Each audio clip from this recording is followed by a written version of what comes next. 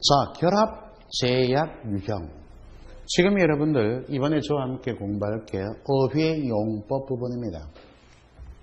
먼저 말씀을 드렸는데 결합, 제약이라는 것은 접두사가 붙든 전미사가 붙든 단어 형성을 해나갈 때 어떤 특정한 어휘만 붙을 수 있도록 제한을 받는 것입니다.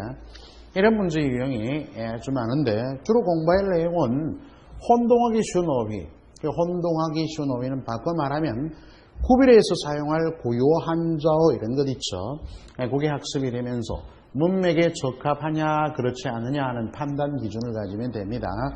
자, 함께 어휘의 용법 파트 문제 한번 접근해 보겠습니다. 1번 가시죠. 1번 밑줄 친 단어의 쓰임이 적합하지 않은 것은 적절하지 않은 것입니다. 그게 고유어 나왔죠. 문맥 속에서의 적합성 문제입니다. 1번 우리 반장은 생각이 웅숭 깊다. 그 뜻을 알면 돼요. 웅숭 깊다. 생각과 뜻이 깊고 넓다. 너를 믿음이 간다. 그렇죠. 웅숭 깊다. 정확한 사전적 의미를 파악해두면 될 거고, 괜히 쓸데없는 짓을 해서 형에게 애먼, 요거 주의해야 됩니다.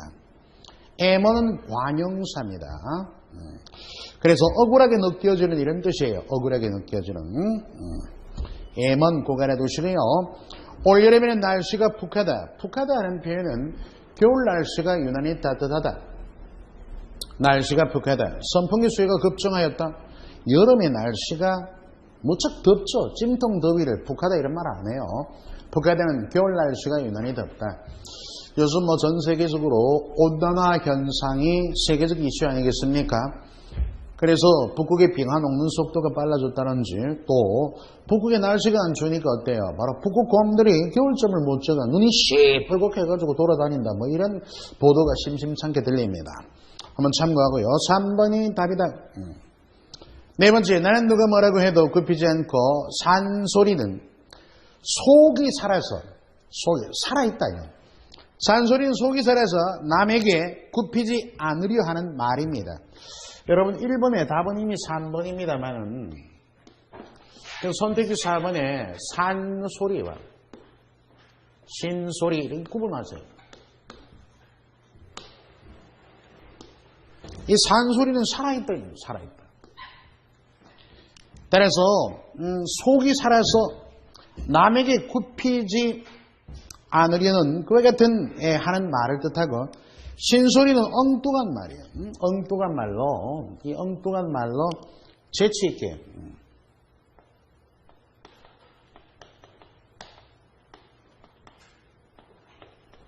엉뚱하게 재치있는 표현을, 재치있는 말을 신소리라 그래요.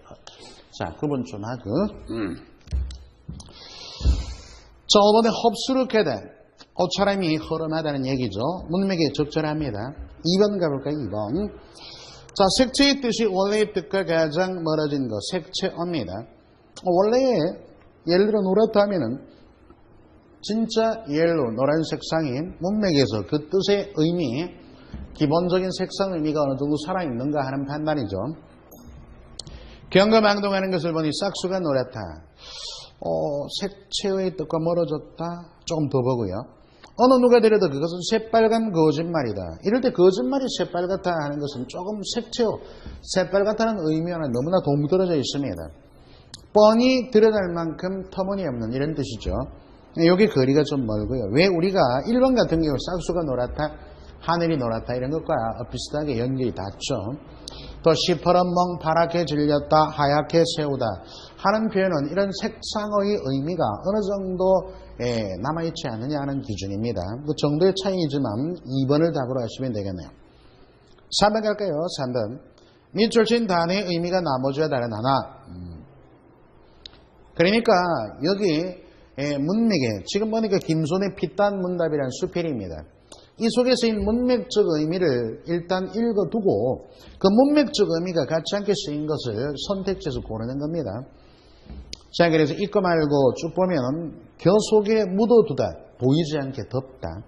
그럼 1번에 밥을 식지 않게 아랫목에 묻었다. 그렇죠? 보이지 않게 덮다. 됐고요. 같은 뜻으로 써있고. 자, 니은의 껍질을 까다. 지문에, 빗단 문답 지문에 껍질을 까다 하면은 껍질을 벗기다는 얘기죠. 그럼 2번에 보죠. 국거리에 넣을 바지락 조개를 까고 있었다. 껍질을 벗겨도 됐고요. 같습니다. 3번에 온기 외에 따로 가열을 하는, 따로. 이때는 혼자 떨어져, 홀로 떨어져 이런 얘기입니다. 꽁치를 국물에서 따로 건져두다, 홀로 혼자 떨어져. 됐죠? 그 다음에 1번 보면은요, 문맥에서 볼까요? 멍에 든. 이 멍에 들었다 할 때 든 하면은 증상이 생기다. 뭐 파랗게 멍이 들었다. 멍에 든. 증상이 생기다. 근데 가을이 들자 홍시의 맛이 알맞게 들었다는 것은 익었다라는 뜻이죠. 하여 의미가 다르므로 4번이 정답. 자, 4번 갈까요? 단어의 쓰임이 적절하지 않은 것은 둘은 서로 물음 맞춤, 고유의 의미, 문맥 속에서 어떤가? 문맥 적응력을 평가합니다. 물음 맞춤은 뭘 뜻합니까? 바로 서로의 주장이 다를 때 양자를 불러다가 무릎을 맞춰 대질신문을 하는 겁니다. 근데 무릎 맞춤이 그런 뜻이라면 하는 사이라서 늘 붙어 지내면은 이때는 무릎 맞춤이 아니라 너나들이, 너나 말을 툭툭 까놓고 지내는 사이를 뜻합니다. 너나들이가 우리겠죠. 1번이 정답입니다. 끌미터도 앞에서 한번 나왔네요. 헌칠하게 잘생겼다. 그 다음에 3번에 엄나위, 꼼짝할 여유를 엄나위라 그럽니다. 엄나위를 못한다. 꼼짝할 여유가 없다는 얘기죠. 4번에 노박이로, 붙박이로 이런 얘기고요. 그 다음에 5번에 바투라는 것은 두 물체 썩 가깝게. 바투, 썩 가깝게 이런 표현이죠. 문맥에 적절하게 쓰였어요. 4번엔 1번. 자, 5번 갈까요? 5번. 5번은 표준어의 표기와도 관련이 좀 됩니다. 첫 번째, 글씨를 되는 대로 아무렇게 써놓은 모양을 뭐라 그래요? 이건 주의해야 될 겁니다. 제가 문제 낼 때 보면은, 원래는 얘가 개발이 표준어예요. 얘가 현재 표준어. 근데 주의할 것은, 흔히 사람들이 개발, 세발 이렇게 많이 쓰죠. 그러니까 2011년 8월 31일에 국립국어원에서 신규 표준어 39개 단어를 등재했습니다. 그 전까지는 이게 개발, 세발이 있으면 비표준어였다가 지금은 이제 39개 표준어의 항목에 들게 된 신규 표준어라는 걸 알아두셔야 됩니다. 어원은 같지 않죠. 뭐 두 개 복수 표준어는 아니에요. 따로 표준어로 정한 겁니다. 여기 괴는 고양입니다. 그죠? 고양이. 다음에 얘는 개죠. 도. 그래서 고양이 발인지 개발인지 모를 정도로 글씨를 알아보지 못할 정도로 삐뚤하게 썼다는 뜻입니다. 뜻에서는 비슷하지만 어원이 좀 차이겠죠. 얘는 독이고 얘는 뭡니까? 버드, 새니까 조류 아닙니까? 그래서 이런 단어 합성 과정에서 이렇게 의미 차이가 둘의 의미 차이는 크게 없어 보이는데 이런 어원성의 문제점이 있어서 복수 표준어가 아니고 신규 표준어가 등재된 겁니다. 참고하시고 그 다음에 표준어가 여러분 귀신에게 미리 떠먹이다. 떠먹이는 좀 곤란하지만 고시래 하면 여러분들 그거 보면 고시래가 아니고 고수래입니다. 왜 들이나 이런 밖에 나가서 음식을 먹을 때 술이나 음식 같은 걸 조금 때려다가 이렇게 들판에 고시래 이러죠. 고시래가 아니고 고수래입니다. 귀신에게 바칩니다. 이런 신명에게 먼저 떼드린다는 뜻이죠. 그리고 세 번째 우도시랑 윗줄에 입는 겉옷의 앞자락을 뭐라 그래? 오지랖이라 그러죠. 오지랖. 오지랖 할 때 중요한 게 비읍이 아니고 피읍입니다. 오지랖. 우도의 겉소매를 뜻합니다. 자, 그래서 조합하면 요건 두 개 다 맞으니까 이렇게 연결하면 답이 1번이 되겠죠. 6번 갈까요? 다음 가란의 단위어가 바르게 나열된 거. 단위어 한번 연결하면 되겠습니다. 그는 바늘이 아니라 죄송합니다. 마늘이죠. 걔는 마늘 한 접, 그죠? 한 접. 여러분 6번에 그 문맥에 맞는 적절한 단위어를 얘기해요. 마늘은 뭐죠? 마늘은 개수를 얘기해서 한 접. 한 접 하면 이 접의 개념이 100개입니다. 100개. 감 한 접 할 때도 마찬가지죠. 접하면 답은 이미 1번으로 정리가 됐죠. 모래장난에게는 조개라도 한 뭇 해도 됩니다. 그죠? 한 뭇. 조기 한 뭇. 이럴 때 생선 한 뭇은 10마리. 또 조기를 이렇게 해도 되겠죠. 조기 한 뭐예요? 두름. 속이 한 두름 그러면 요건 20마리가 됩니다. 그 차이가 있죠, 수량에. 이것도 가능하겠죠? 한 두름 엮어두시고요. 어머니께서는 시집간 언니를 위해 은수저 2벌, 그죠? 2벌. 그러니까 일종의 세트죠. 짝이 있는 것들의 조합을 벌이라 그럽니다. 그러면 10벌을 뭐라 그럽니까? 참고로 10벌. 보선 10벌 하면 이걸 한 죽이라 그래요. 한 죽이라는 개념은 뭐예요? 10벌을 뜻합니다. 그릇 한 죽 하면 그릇 10벌. 국그릇, 밥그릇 이렇게 있죠. 자, 나머지 한번 참고로 엮어두시고요. 6번의 답은 1번이 되겠죠. 7번 갈까요? 기억의 문맥적 의미에 가장 유사한 것을 골라보시오. 기억, 금을 들이다. 금을 들여 만들다. 금관을 만드는데 금을 들여. 이럴 때 돈, 시간, 노력, 물자를 쓰이게 하다. 물자 따위를 쓰이게 하다. 이런 뜻이죠. 1번, 누님은 손톱에 봉숭아 물을 곱게 들였다. 물감을 배게 하다. 그죠? 어떤 색상을 배게 하다고. 나는 저군에 있던 화분을 거실로 들입자. 바깥에 있는 걸 안으로 들이다는 얘기고.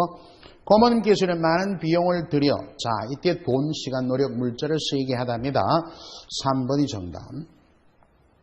4번, 집안의 볕을 잘 들이기 위해. 이런 건 빛 따위를 끌어들이다 이런 얘기고요. 5번에 선배들은 신입생을 자기 동아리에 들이려고 그 거처를 정해 머물게 하다. 뭐 가입 이런 표현이죠. 가입 참고하고요. 자, 8번 갈까? 8번. 아주 잘 풀고 있으신지 모르겠네요. 이맘때 다시 한번 집중하고.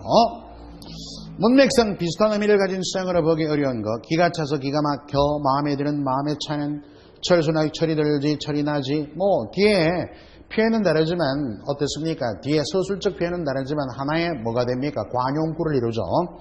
비슷하고요. 7번 법인 고향 말은 여전히 내 눈에 익었다. 내 눈에 있다. 여러 번 보아 익숙하다는 얘기. 그러니까 여러 번 보아 익숙하다. 여러 번 보아 내 눈에 있다. 고향 말은 여전히 내 눈에 남았다. 없어지지 않고 자꾸 연상되다. 떠오르다.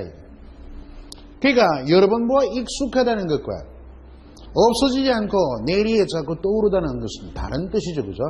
그래서 여기 관용구의 문맥은 서로 뭡니까? 비슷하다고 보기 어려우므로 4번이 답입니다.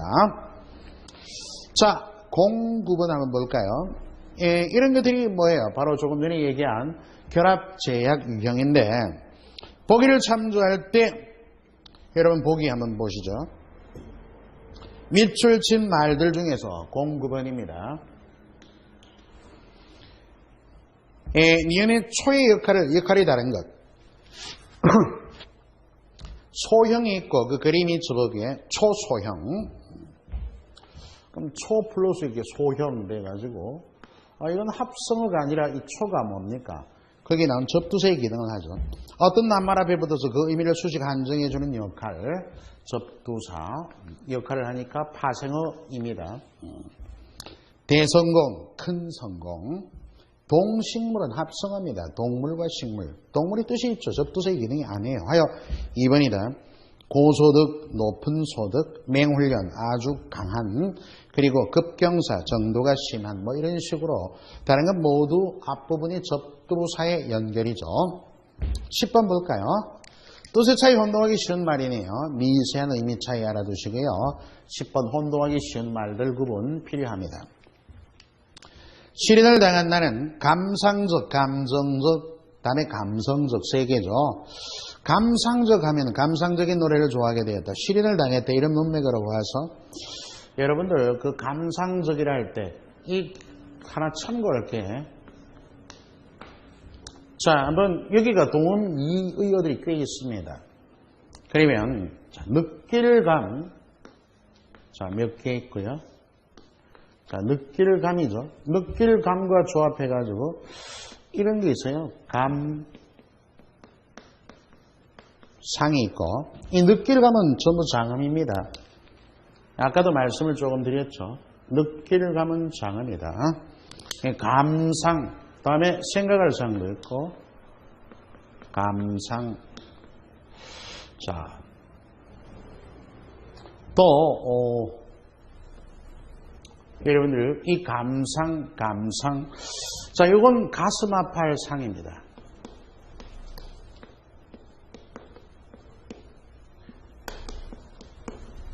얘는 생각상이죠. 그럼 이 감상은 감상주의 문학을 배격하지 할 때 느껴 가슴 아프다. 시련에 지금 보니까 시련을 당한다는 감상적 할 때 여러분들 1번 감상적이 맞죠. 느껴서 가슴 아프다. 이 감상은 생각, 느낀 생각입니다. 근데 하나 더 이 단어 말고요. 자, 비출감자라지.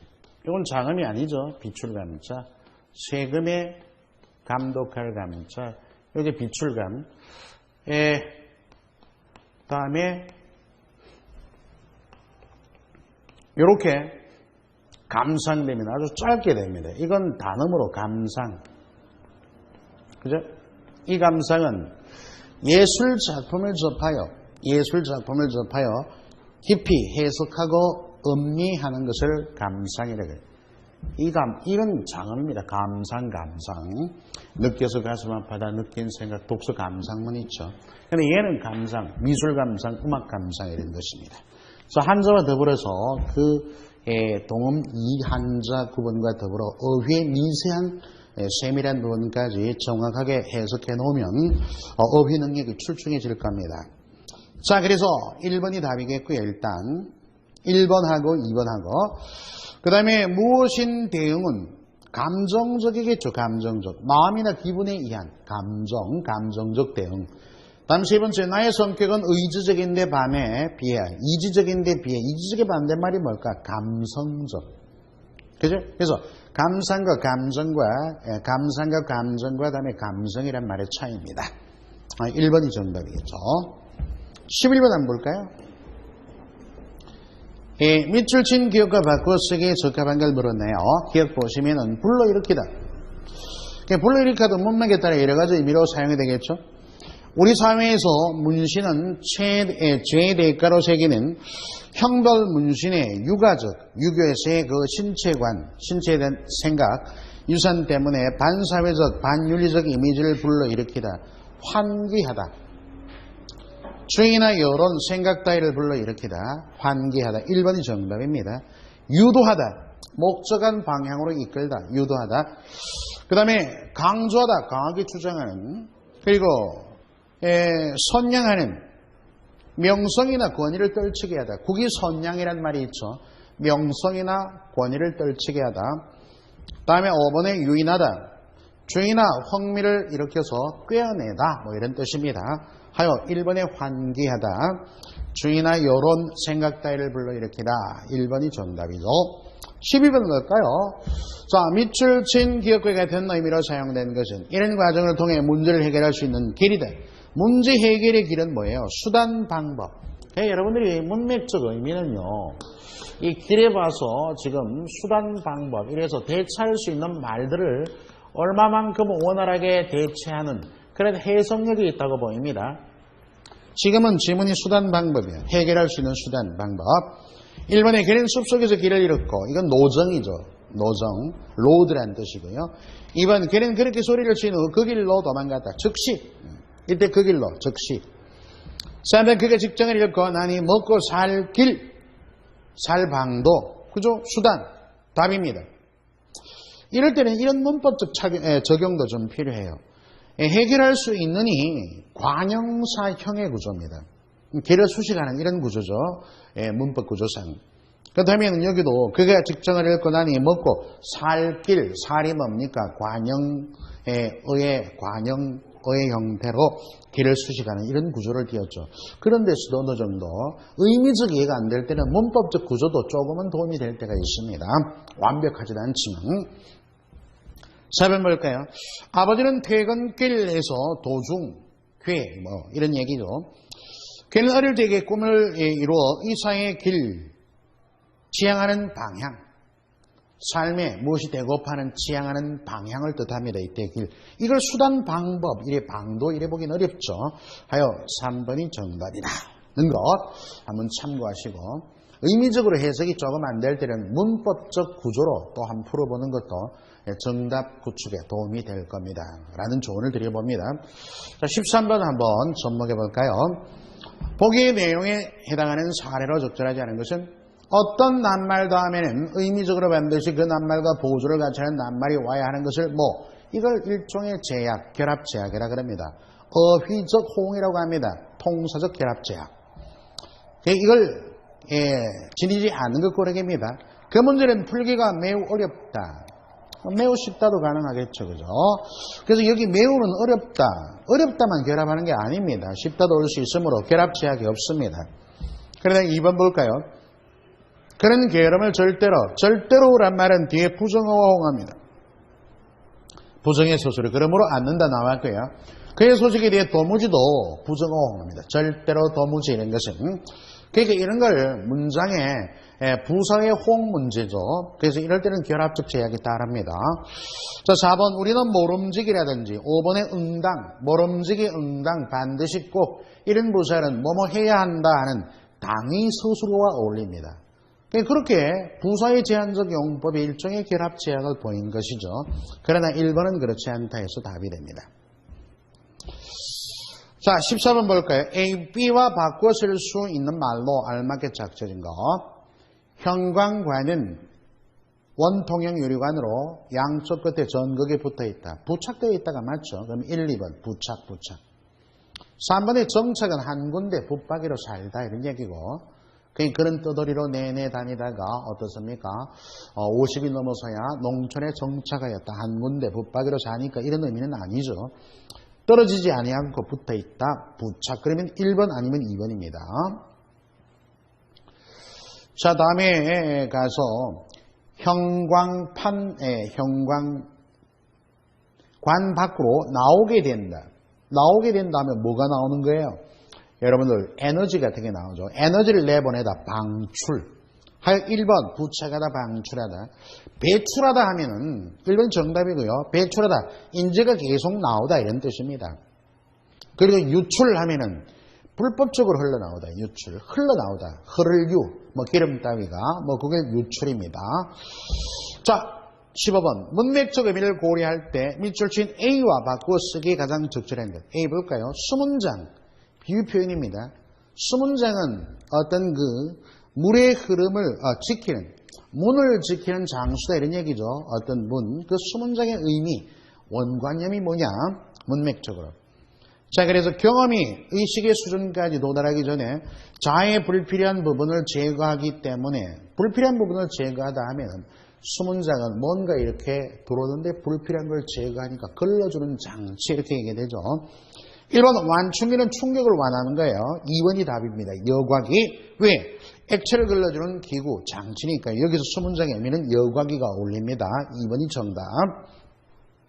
계량기는 수량을 측정하는 것이고 감지기는 소리 빛등을 뭡니까? 바로 소리 빛등을 물리적으로 느끼는 양입니다. 감지기. 그 다음에 경보기는 위험을 알리는 기구죠. 16번 갈까요? 밑줄친 기억과 대체할 수 있는 단어로 가장 적합한 것. 기억 보시죠. 동요. 이 동요란 말은 인간이 대상에 대해 지닌 뭐라고 할까? 문제의식이랄까요? 자, 한번 보자. 행동하는 인간이 주로 외부의 대상에 정신을 집중하고 실용적인 결과에는 관심이 있으며 내면에서 벌어지는 동요에 대해서 인간이 대상에 대해 지닌 문제의식, 의문, 무관심한 사람이다. 자, 조금 어렵네요. 그죠? 그럼 이때 의문에 대해서 벌어지는 여러 가지 의문이 가장 적절하겠죠? 1번은 의표는 생각 밖, 예상 밖이다. 의표를 찌르다 이런 말이 있죠. 당위, 마땅히 그렇게 해야 되거나 되어야 하는 것을 당위적이다 이런 얘기하죠. 뭐뭐 해야 한다를 당위 서술어라고 했듯이 현혹되다, 정신을 뺏겨 할 바를 있다. 그리고 당혹은 당황이란 말과 같습니다. 의문이 가장 문맥적으로 적절하네요. 자, 17번 가보겠습니다. 17번. 기억의 문맥적 의미에 가장 유사한 것. 떨어지다입니다.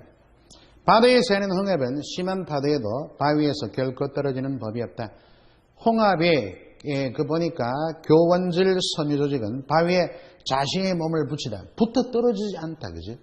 그게 섬유질인데 붙어 떨어지지 않다라는 말로 일종의 여기 보니까 뒤에 가면은 자신의 몸을 붙이는데 사용되는 생체 물질로 물에 젖어도 떨어지지 않는 기억에 떨어지지 않다. 붙어서 떨어지지 않다. 첨단 접착제로 주목받고 있다. 지문의 내용은 생체 모방공학에 대한 얘기죠. 근데 여러분 생체 모방공학은 그 왜 연꽃 있지 않습니까? 개구리 왕눈이 막 노니는 그 연꽃 보면은 초여름에 보면 비가 오잖아요. 연꽃이 잎이 이따만하게 크잖아요. 그 보면 물방울이 빗물이 이렇게 내리면 도르륵 굴러 떨어집니다. 그래서 그와 같은 연잎에 뭡니까? 바로 이런 뭐라 그러죠? 그 방수효가 이걸 생체를 모방해가지고 텐트의 원료로 쓰는 이런 식의 방법론이 생체 모방공학입니다. 이걸 말하고자 하는 건 아니고요. 그래서 떨어지다, 붙어 떨어지지 않다. 쌀이 떨어져 남은 것이 없다. 이번에 감기가 떨어져 병이 낫다, 그죠? 그 다음에 굵은 빗방울이 머리 한두 방울 떨어지다 아래로 와 닿았다 이런 얘기고 4번에 엘리베이터 벽면에 붙은 스티커가 좀처럼 떨어지지 않는다. 붙어 떨어지지 않는다. 부착되어서 4번이 정답입니다. 그리고 1과 자기 자신 외에 어떤 수로 나누어도 떨어지지 않는 수를 소수로 한다 할 때 나눗셈의 나머지가 없이 나누다. 이런 얘기죠. 자, 우리 18번 한번 보시죠. 보기는 결합하다를 사전에서 찾아본 내용입니다. A와 같은 제약이 나타나 있는 것을 물었어요. 한번 보시죠. 결합하다. 뭐뭐과가 나타나지 않을 때는 여럿임을 뜻하는 말의 주어나 목적으로 온다. 일종의 서술의 제약을 물었네요. 문장들을 서로 견주어 차이를 알아보다. 견주다 할 때는 앞에 이게 견주다 이런 표현은 만나다, 견주다, 비슷하다 이런 건 대상을 둘 이상 요구하는 이런 것을 우리가 보통 대용, 그죠? 보면은 이런 대칭 동사, 대칭 용언이라고 합니다. 참고로 얘기할게. 우리 문법에서 얘기하기를 18번에 대칭 용언 또는 대칭 동사들은 반드시 둘 이상의 대상을 요구합니다. 그 앞에 나와야 될 게 둘 이상의 대상이 나와야 돼요. 그죠? 예를 들어 보면 어떻게 나오냐면은 여러분 비슷하다,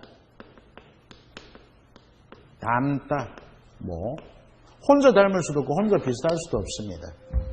또 어때요? 만나다, 이런 등속이 대칭 용언입니다. 따라서 이런 대칭 용언은 앞에 반드시 둘 이상의 대상이 선행해야 되기 때문에 얘가 앞에 선행이 돼야 돼요. 그래서 일종의 제약을 받습니다. 그죠? 앞에 이런 둘 이상의 대상이 요구돼야 하는 이게 바로 제약을 받는다. 이런 얘기죠. 이런 맥락에서 문장들 서로 견주도도 마찬가지 뭐겠습니까? 둘 이상의 대상이 와야 하는 대칭 용언입니다. 자, 그래서 둘 사이 어떠한 차이가 있는지 대어보다 항상 제약받습니다. 그래서 1번이 정답이죠. 결합하다와 마찬가지로. 자, 나머지는 이게 제약이 없죠. 누나는 유치원에서 아이들을 가르치고 있다. 굳이 앞에 어떤 내용이나 또는 다른 문장 성분과의 제약이 필요 없습니다. 나는 학생들을 가르치고 있다 해도 관계가 없고, 다음 말하다 마치다 제약이 없죠. 그죠? 자, 조금 전에 말씀하신 5번 선지, 동일한 문제에 대한 제 의견은 다릅니다. 바로 그라는 이 문맥에서는 제약이 없죠. 그죠? 그러니까 조금 전에 말씀하신 동일한 말고 틀린 문제에 대한 이래도 관계가 없지 않습니까? 반드시 그렇게 하면 연계될 제약이 없습니다. 그런 점 감안해 두시고. 자, 19번, 20번 이제 두 문항이 남았네요. 조금 더 집중해서 매듭을 하죠. 19번 한번 보실까요? 가령 원서를 대학에 내다의 경우 원서를 대학에 접수하다처럼 쓸 수는 없다. 왜? 접수라는 말은 그게 받을 수죠. 그러니까 원서를 낸 주체가 학생이나 응시생 지원자 같으면 접수는 받을 수이기 때문이니까 어디에요? 바로 지원자가 주어로 주체로 쓸 수가 없습니다. 접수는 받다라는 얘기니까. 그래서 지원자를 주어로 쓰고 싶을 때는 내다 또는 제출하다가 돼야 되겠죠. 창구에서 접수를 받는 거죠. 그 정도 감안해 두시고.